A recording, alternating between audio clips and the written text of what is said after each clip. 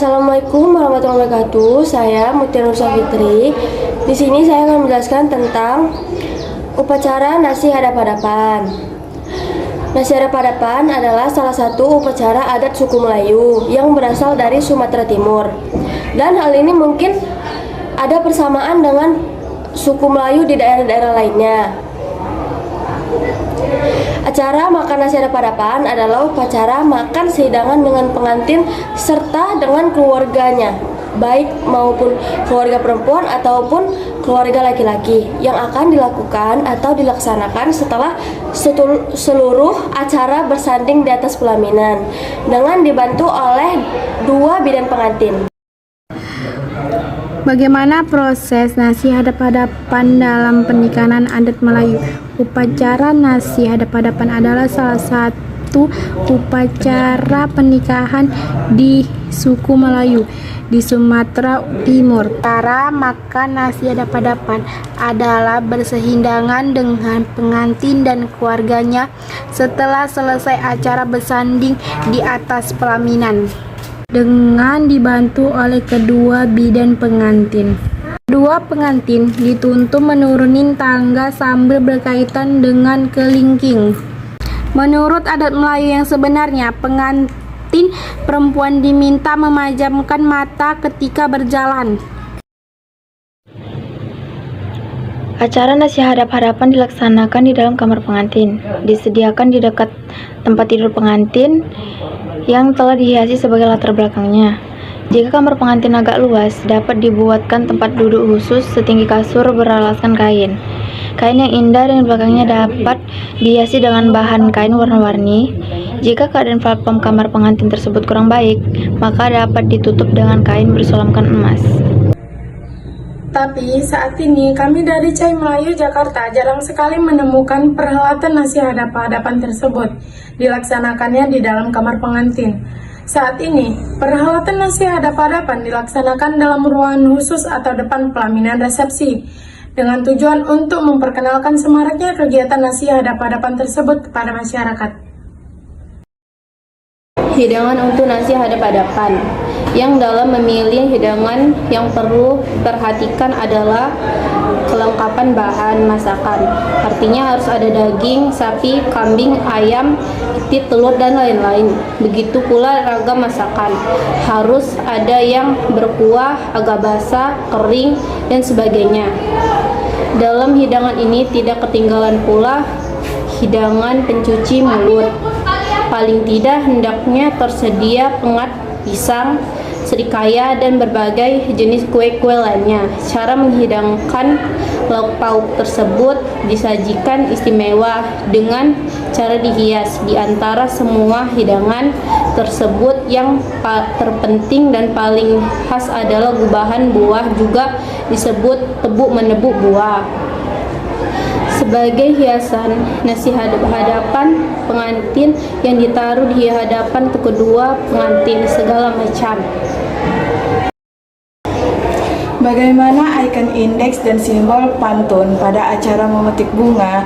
Ikon adalah suatu melaksanakan fungsi sebagai penanda tanganan yang berserupa dengan subjeknya. Misalnya, seperti yang terlihat pada gambar atau lukisan.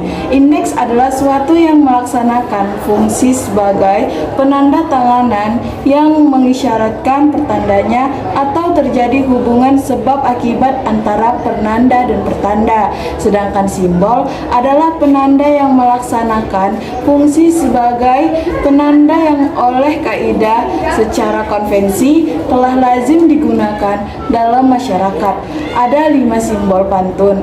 Sesuai dengan hasil penelitian, terdapat 4 pantun yang digunakan pada acara perkenalan dalam tradisi makan nasi hadap-hadapan. Dari semua pantun tersebut dapat ditemukan ikon indeks dan simbol. Pada acara perkenalan di pantun pertama terdapat kata asam lakum dan kalam sebagai semiotik simbol dan kata nasi hias sebagai semiotik ikon. Pada pantun kedua yang digunakan dalam acara pelaksanaan terdapat kata sanak saudara sebagai semiotik indeks dan kata hias sebagai semiotik ikon. Pada acara memetik bunga hanya ditemukan semiotik simbol yang digunakan pada kedua pantun, yaitu pada kata bunga melati, bunga kenanga, dan bunga. Pada acara istirahat minum terdapat dua pantun yang digunakan dan ditemukan semiotik simbol, icons, dan indeks. Pada kedua pantun tersebut, pada pantun pertama terdapat kata cempedak dan letak sebagai semiotik simbol, dan pantun kedua terdapat kata bunga cempoka, bunga selasi, dan bunga mawar sebagai semiotik simbol, kata kekasih sebagai semiotik indeks, dan kata ai sebagai semiotik icon.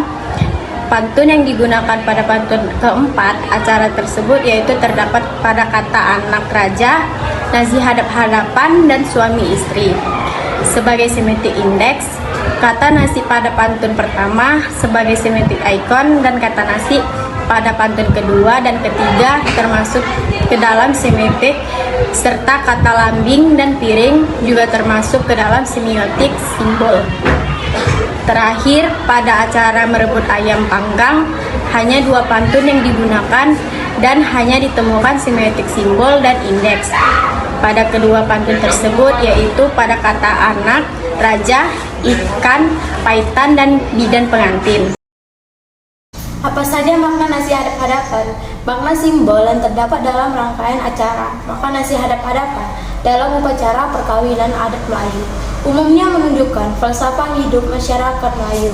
Terdapat 4 unsur dan 9 rangkaian acara yang dilakukan dalam proses makan nasi hadap-hadapan adat Melayu, yang maknanya untuk mengajarkan kepada sang istri bagaimana acara atau adat melayani suami dalam rumah tangga, khususnya dalam cara menghidangi makan suami. Sejarah adanya makan nasi hadap-hadapan awalnya karena di kehidupan masa lalu, kalangan bangsa Melayu sangatlah islami, menikahkan anak mereka dengan cara perjodohan dan perkenalan lewat tradisi makan nasi hadap-hadapan. Tujuan penelitian ini adalah untuk mengetahui makna simbol yang terkandung pada acara makan nasi hadap-hadapan. Dalam upacara perkawinan adat Melayu Tanjung Balai, unsur dan rangkaian acara yang terdapat di dalam proses makan nasi hadap-hadapan tersebut. Unsur yang diteliti adalah interaksi simbolik dengan simbol-simbol hidangan duduk pengantin, juru bicara, dan lainnya. Simbol hidangan yang artinya kehidupan rumah tangga dihadapkan dengan berbagai pilihan. Simbol duduk pengantin yang artinya wanita berasal dari tulang rusuk laki-laki, dan simbol juru bicara yang artinya adalah untuk mensukseskan jalannya.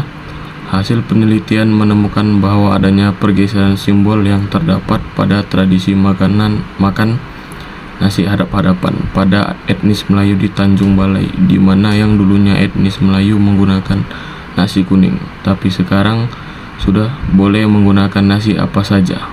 Contohnya yaitu nasi goreng atau nasi putih.